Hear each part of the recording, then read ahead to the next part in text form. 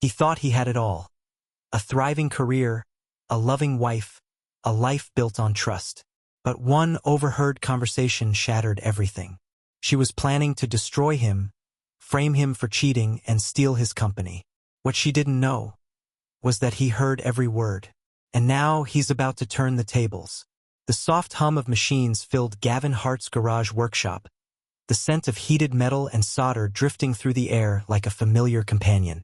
He was deep in concentration, bent over a complex circuit board, his hands moving with the precision of someone who'd spent years perfecting his craft. Outside, the world faded into silence, until a faint voice drifted through the open window, snapping him back to reality. At first, he didn't react. He assumed it was a neighbor or perhaps a delivery. But then he recognized the voice, Marissa, his wife. She was speaking in a low, conspiratorial tone, her words barely above a whisper, yet every syllable landed with the weight of a sledgehammer. Once he signs the new ownership papers, I'll tell him I need space.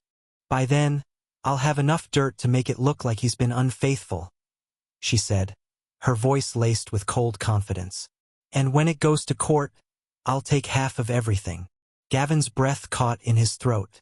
The soldering iron slipped from his hand, hitting the bench with a dull clatter. For a moment, all he could hear was the buzzing in his ears. His mind raced, trying to make sense of what he'd just overheard. How long had this plan been in motion? Who was she talking to? What kind of proof was she fabricating? And why would she want to destroy everything they'd built together? The past 8 years flashed through his mind in a blur. Birthdays, anniversaries, quiet evenings filled with laughter. And now, in one moment, it all unraveled. A wave of nausea rolled over him, but instinct overrode emotion. He reached into his pocket, pulled out his phone, and began recording. Her voice continued, unaware of the silent witness on the other side of the wall. He's so obsessed with his gadgets, he has no idea what's happening. By the time we're done, Trent and I will be set for life. Trent. The name etched itself into Gavin's mind like a brand. He didn't know anyone by that name personally, but he'd make it his mission to find out everything about him. As her voice trailed off and the sound of the front door creaked shut, Gavin sat in stunned silence. The garage, once a place of innovation and passion, now felt like a cold bunker. His fingers trembled as he ended the recording and saved the file. When he finally entered the house, Marissa was in the kitchen, pouring herself a glass of white wine. She greeted him with a practiced smile, one he now recognized as hollow. "How was the workshop?" she asked, as if nothing in the world had changed. "Productive," he said, keeping his tone neutral, hiding the storm raging beneath the surface. That evening, Gavin lay awake in bed beside the woman who had plotted to ruin him. He stared at the ceiling, the fan spinning slowly above, the hum matching the numb rhythm of his thoughts. Rage swelled in his chest, but he didn't let it consume him. He needed clarity, not chaos. By morning, he had a plan. First, he ordered a set of discrete surveillance cameras, pinhead lenses capable of capturing video and audio. Over the next few days, while Marissa was out running errands, he installed them in strategic spots: the home office, living room, and near the entrance. Every word, every movement would be recorded. Then he made a call. An old contact from his university days had once mentioned a private investigator based in Tacoma, someone who had worked with ex-military clients and knew how to stay invisible. Gavin tracked him down, Reed Callahan. Their conversation was short, direct, and efficient. "I need you to monitor someone closely," Gavin said. "Track her schedule, her meetings, anywhere she goes that's not home or work. Discretion is critical." Reed replied with quiet assurance. "Understood. I'll deliver a full report within the week." With that in motion, Gavin began digging through their shared digital life. He stayed up late after Marissa fell asleep, carefully accessing bank accounts, shared cloud drives, even browser histories. It didn't take long before the cracks widened into gaping holes. Unexplained transfers of large sums to an unfamiliar name, hotel bookings under aliases, drafted emails to a divorce attorney, references to dividing company assets, and ensuring control over the patents. The deeper he looked, the more the betrayal took shape. This wasn't impulsive, it was calculated. Still, Gavin didn't allow himself the luxury of an emotional breakdown. Every document he copied, every screenshot he saved, became another piece in a growing arsenal of truth. This wasn't about revenge. It was about protecting his life's work. By the end of the week, he had evidence. Cold, undeniable proof that Marissa had conspired with Trent Avery, a financial consultant with a sketchy reputation and, as Gavin would soon learn, a history of getting too close to wealthy clients' spouses. The pieces were aligning. His marriage had been an illusion, and now, she wanted to strip him of not just love, but legacy. But Gavin Hart wasn't going down without a fight. Gavin Hart spent the following days existing in a dual reality. On the surface, he was the calm, focused engineer, engaging in quiet dinners with Marissa, checking emails in the shared office, maintaining every bit of normalcy. Beneath the facade, though, he had become someone else entirely. Watchful, analytical, driven by a quiet fury that no one could detect. Reed Callahan, the private investigator, worked quickly. Every morning, Gavin received a short, encrypted update. The findings painted a damning portrait. Marissa was meeting Trent Avery regularly, though never in obvious places. They'd rendezvous in boutique cafes, private gym studios, and once, inside a luxury hotel in the outskirts of Bellevue, registered under a fabricated surname. Trent, as Gavin learned through a background report, was no stranger to bending the law. His license as a financial advisor had been suspended 2 years prior in another state, though he'd resurfaced in Washington with new branding and a fresh list of clients. Photos accompanied the reports. Marissa's hand lingering on Trent's shoulder, the two exchanging glances filled with intimate familiarity. Gavin reviewed each image with cold detachment. The emotional sting had dulled. In its place, purpose had settled like armor. Meanwhile, Gavin continued his own investigation. After decrypting some of Marissa's old emails, he uncovered a chain of correspondence between her and a law firm based in Oregon, one known for handling high-asset divorce cases. What struck him most was the language used. References to prearranged narratives, leverage material, and potential spousal misconduct evidence. Marissa was attempting to fabricate an affair on his part. There were staged photos, even pre-drafted testimonies.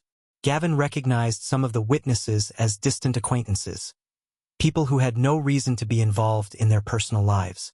It was clear now. Marissa hadn't just decided to leave. She was orchestrating a dismantling of his identity, piece by piece. One evening, while reviewing her recent activity logs, Gavin noticed a peculiar pattern. Several encrypted messages sent through a private messaging platform he had never seen before. He couldn't decode them, but the timestamps aligned with her meetings with Trent. It was time to call in someone new. Silas Quinn was a cybersecurity specialist Gavin had only heard of in whispers, an elusive figure known for operating in high-stakes corporate circles. After pulling a few strings, Gavin reached out. The call lasted barely 5 minutes. Silas needed no persuasion. "Give me access to her cloud, your home network, and the company's admin panel," he instructed. "I'll map everything." Within 2 days, Silas had unlocked the rest of the story. Marissa and Trent weren't just plotting a personal betrayal. They were building a case for complete financial takeover. Trent had begun acquiring insider knowledge about Gavin's company. Patents in development, investor discussions, internal projections. It wasn't just marital deception. It was industrial espionage. Worse still, Silas uncovered metadata pointing to someone else on the fringe of their plan. Damon Voss. That name struck a chord. Gavin had met Voss once years ago during a heated pitch meeting. Voss ran a rival firm and was notorious for his aggressive acquisition tactics. If Voss was involved, this wasn't just a personal war anymore. This was an attack on everything Gavin had ever built. He called Bryce Camden the next morning.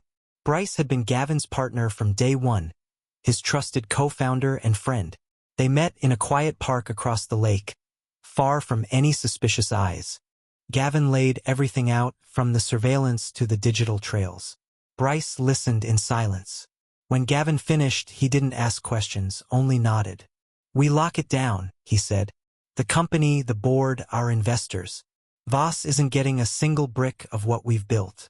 Together, they crafted a containment strategy. Digital firewalls, legal buffers, and emergency communication protocols with key stakeholders. They alerted only the most loyal board members and arranged for all internal assets to be temporarily frozen under a new security clause Bryce had drafted just for this kind of emergency. That night, Gavin sat alone in his home office, the soft hum of his computer offering a strange comfort. He watched archived footage from the house cameras. Marissa pacing, whispering into her phone, deleting call logs, laughing. He didn't feel rage anymore, just resolve. One message arrived from Silas. Subject line, "They took the bait."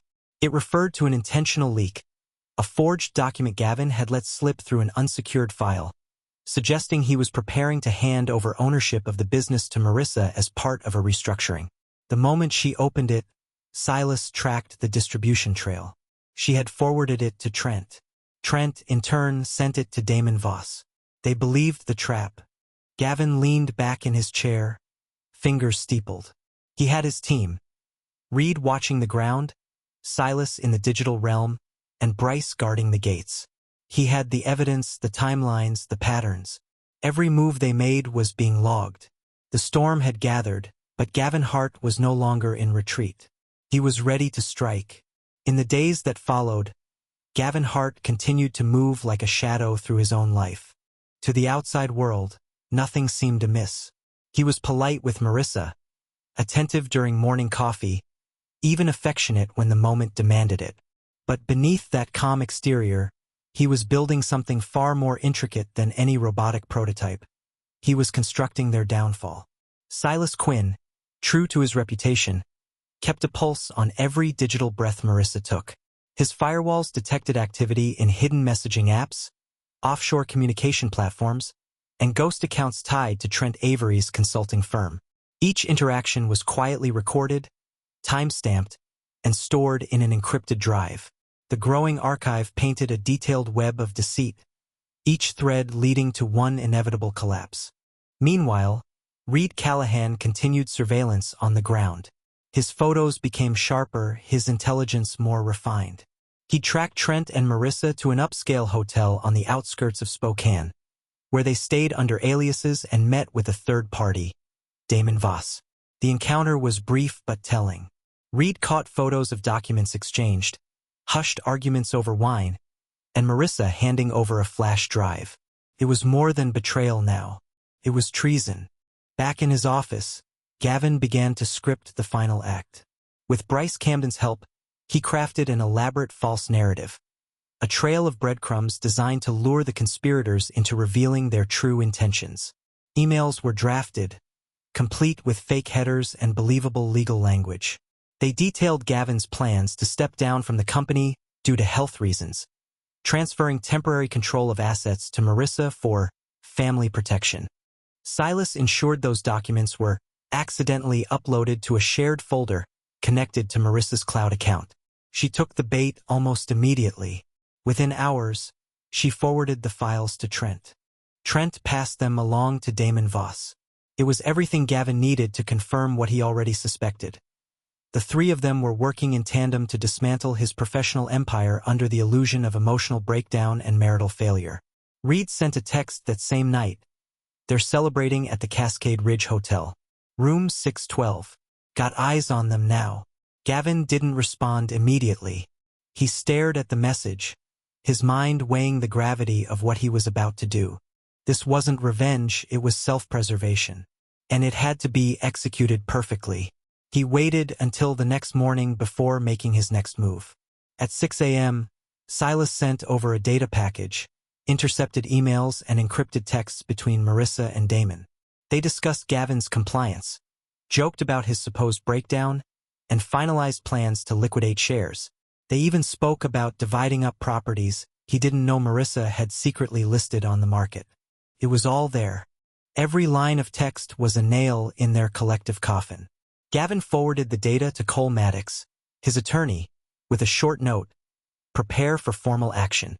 Cole called him within 5 minutes. "This is more than enough," he said, voice sharp.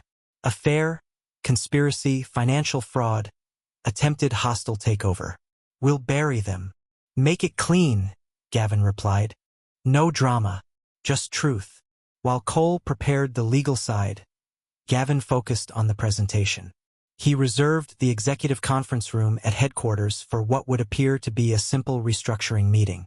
He extended formal invitations to Marissa, Trent, and Damon, under the guise of finalizing his resignation and transferring key documents. They accepted without hesitation. As the date approached, Gavin rehearsed every detail. Silas tested the presentation system, ensuring smooth playback of surveillance footage and digital evidence. Reed secured entry logs and gathered hotel surveillance in high definition. Bryce arranged for board members to remain available, should their presence be required for verification. The morning of the meeting, Gavin stood in front of the mirror, adjusting his tie with slow, deliberate movements. He no longer felt the sting of betrayal, only clarity. He wasn't just confronting his wife. He was confronting every decision that had led him to trust the wrong people. He was reclaiming control. When the three entered the conference room, their expressions were smug. Marissa wore a faint smile. Trent looked almost bored.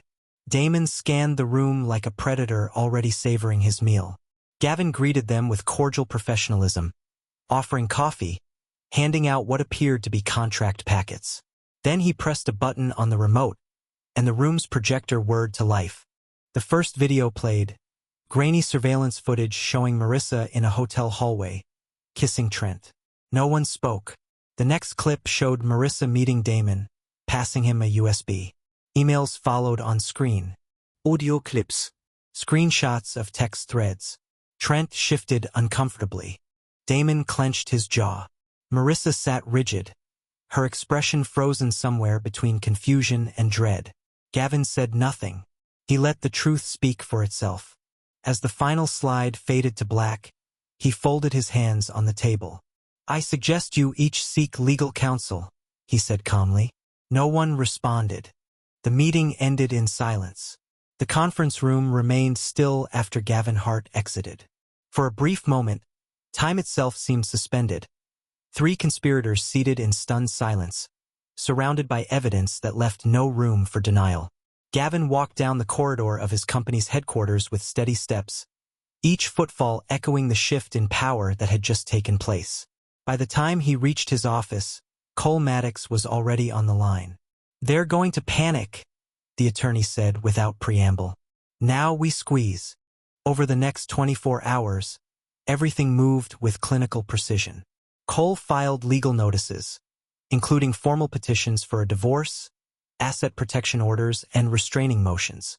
With the weight of evidence in hand, he was able to fast-track proceedings through a judge willing to freeze shared financial accounts, lock access to Gavin's intellectual property, and bar Marissa from interfering with company affairs. Meanwhile, Silas Quinn triggered his next sequence, revoking all digital access tied to Marissa, Trent Avery, or Damon Voss. Passwords were reset. Security logs wiped their traces clean. Any attempt to access Gavin's systems from known devices led to silent lockdowns and mirrored traps that collected further proof of tampering. Gavin kept his composure. He gave no press statements, made no public declarations, and continued showing up at the office like nothing had changed. But behind closed doors, the legal gears were grinding, and they were pulling Marissa and her partners into a tightening vice. Trent cracked first. Reed Callahan had tracked him to a downtown bar, where he spent the evening drinking alone, looking visibly shaken. The next morning, his attorney reached out to Cole privately, suggesting that his client might be willing to cooperate, under certain conditions. Gavin didn't respond immediately. He didn't need Trent's help. The evidence was already damning. But having Trent turn on Marissa and Damon would collapse what little defense they still had. Cole drafted a limited immunity agreement for civil litigation in exchange for a full written and signed confession. 2 days later, it was done.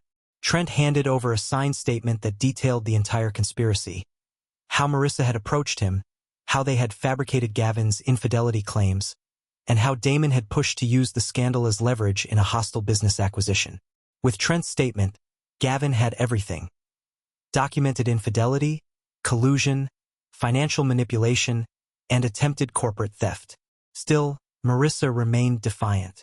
Through her lawyer, she denied all allegations and accused Gavin of setting her up, claiming he used coercive surveillance and emotional manipulation. Her legal team demanded mediation. Cole rejected it. Then the media caught wind. Despite Gavin's efforts to keep things quiet, a leak reached the business press. An anonymous tip, most likely from someone on Damon Voss's fractured legal team, detailed an attempted takeover gone wrong, naming names and hinting at scandal. Within hours, news outlets were running headlines about betrayal, espionage, and legal warfare within the tech world. Gavin issued a single written statement, composed with care and reviewed by Cole. No further comments will be made while legal proceedings are underway. My priority remains protecting the company, our employees, and the integrity of our work. Public opinion leaned in Gavin's favor. Investors rallied behind him, appreciating his composed leadership in a time of chaos. The company's board reaffirmed their confidence, and Bryce Camden stood beside him through every step, acting not just as a partner but a shield against any remaining threats. Damon Voss, once smug and calculating, found himself in far more trouble than expected. Documents uncovered by Silas revealed he had engaged in similar predatory behavior with other companies, using relationships and insiders to manipulate buyouts. With Gavin's case in motion, others came forward. Investigations began. Gavin knew the endgame was close. The final court hearing was set for a crisp October morning. Gavin arrived early, dressed in dark gray, Cole beside him. Marissa was already there, flanked by two attorneys, her eyes tired and cold. Trent sat on the far side, avoiding her gaze. When the judge entered, the room fell silent. Cole presented the case with surgical clarity: video surveillance, bank transfers, communication records, and Trent's signed confession. He spoke not with emotion but with undeniable fact. Marissa's lawyers tried to redirect, painting Gavin as detached, obsessed with work, emotionally unavailable. They produced select messages, vague implications. But Cole dismantled each piece with ease, revealing how the evidence had been manipulated, how testimonies had been coached. The judge listened, expression unreadable. And then it was over. The ruling was swift. The court granted Gavin the divorce on grounds of adultery and misconduct. He retained full ownership of all marital and business assets. Marissa was ordered to pay restitution for misappropriated funds. Additionally, the judge referred aspects of the case to the state attorney's office for potential criminal review. Gavin didn't react. He simply nodded and stood, adjusting his cuff as the gavel fell. Outside the courthouse, cameras flashed. Reporters called his name. He walked past them, not breaking stride. He had no interest in reliving the scandal for an audience. That evening, Gavin sat alone in his workshop. For the first time in weeks, the air felt quiet again. He looked at the unfinished project on his bench, a compact robotic arm designed for precision assembly. He picked up a screwdriver and began to work, the motion slow, steady, and healing. The betrayal had nearly destroyed him, but instead, it had become the forge through which a stronger version of himself was born. And Gavin Hart had no intention of looking back. The dust of the courtroom battle had barely settled, but Gavin Hart didn't waste a moment looking back. While others might have retreated to recover from the emotional wreckage, he leaned into his work like a man reborn. The company, once under threat, was now firmly under his control, its reputation scarred but intact.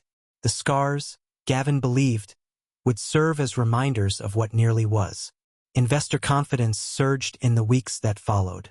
The public, intrigued by the scandal, had rallied behind him. Headlines no longer referred to betrayal and conspiracies. They now focused on resilience, recovery, and innovation. Gavin was no longer just an engineer. He was the man who had stood against deception and refused to be broken. Inside the glass tower that served as his headquarters, Gavin met daily with Bryce Camden to restructure operations.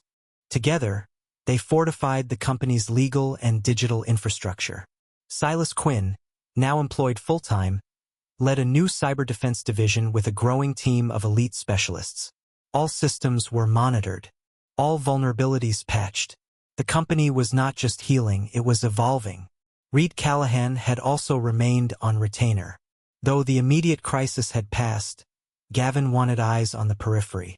Damon Voss had gone quiet, but Gavin knew silence could be deceptive.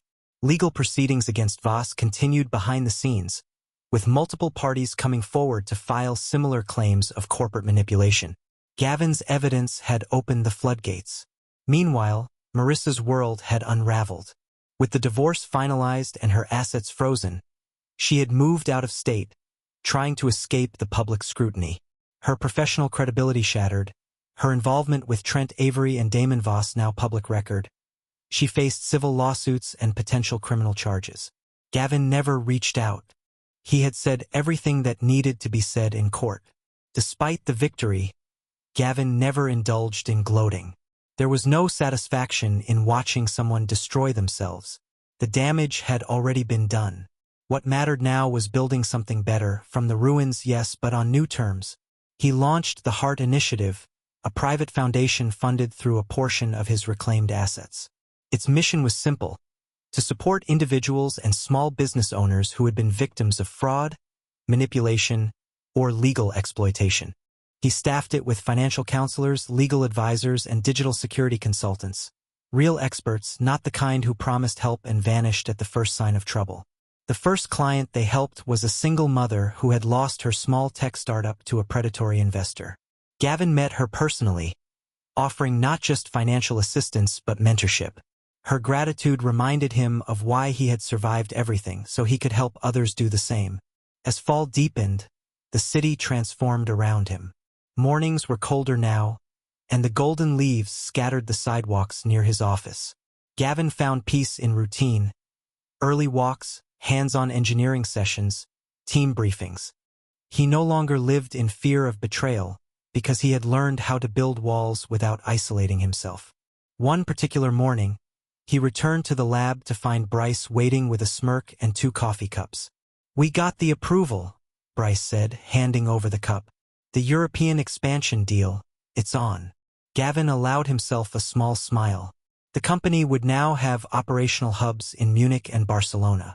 It was a move they had once dreamed about during long nights in their garage workshop years ago. Now it was real. Later that afternoon, Gavin stood before the full company staff. Over 100 employees gathered in the atrium as he addressed them. He spoke not of scandals, nor of lawsuits, but of resilience, transparency, and vision. "No company is defined by what threatens it," he said, his voice calm and resolute. "We are defined by what we overcome and how we choose to rebuild."